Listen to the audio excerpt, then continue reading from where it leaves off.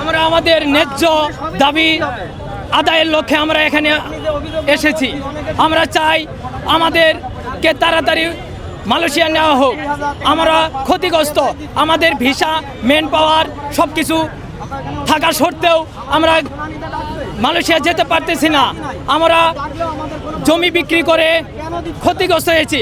বিগত আওয়ামী লীগ সরকার, ফ্যাসিস্ট আওয়ামী লীগ সরকার থাকা আমলে ছাত্র ভাইয়েরা যে আন্দোলন করেছিল, ন্যায্য আন্দোলন, সেই আন্দোলনের পক্ষে আমাদের প্রবাসী ভাইয়েরা সহযোগিতা করেছে, কাজ করেছে। তারা রেমিটেন্স বন্ধ করে দিয়ে ফ্যাসিস্ট সরকারকে নামিয়ে দিতে বাধ্য করেছে। আমরা চাই আমাদের প্রবাসী ভাইয়েরা আবারও রেমিটেন্স বন্ধ করে দিয়ে আমাদেরকে সাহায্য করুক। আমরা 18,000 ক্ষতিগ্রস্ত মানুষ, আমরা 8,000 প্লাস আমাদের ভিসা, মেন পাওয়ার সব কিছু থাকা সত্ত্বেও আমরা যেতে পারি নাই। আমরা 6 লক্ষ 7 লক্ষ টাকা দিয়ে আমরা ঋণ হয়ে গেছে। আমাদের ঋণের দায়ে আমাদের বাড়ি ছাড়তে বাধ্য হয়েছে।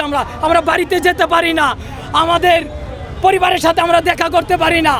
আমাদের অনেকেরই জমি বিক্রি করেছি, অনেকেরই ঘর বিক্রি করেছি। আমরা এখন কোথায় যাব? প্রবাসী ভাইরা আমাদেরকে আপনারা হেল্প করুন। আপনারা আবার রেমিটেন্স বন্ধ করে দিয়ে আমাদেরকে যাওয়ার সুযোগ করে দিন। আপনারা চাইলে রেমিটেন্স বন্ধ করে দিয়ে এই সরকারকে আমাদেরকে নিতে বাধ্য করতে পারেন।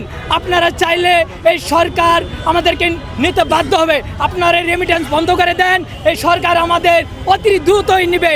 আপনারা দেখুন, আপনারা আমাদেরকে সাহায্য করুন। আপনাদের পায়ে ধরে করজোড়ে অনুরোধ করছি। আপনাদের কারো বড় ভাই, কারো ছোট ভাই, আমাদের আর যাওয়ার কোনো জায়গা নাই।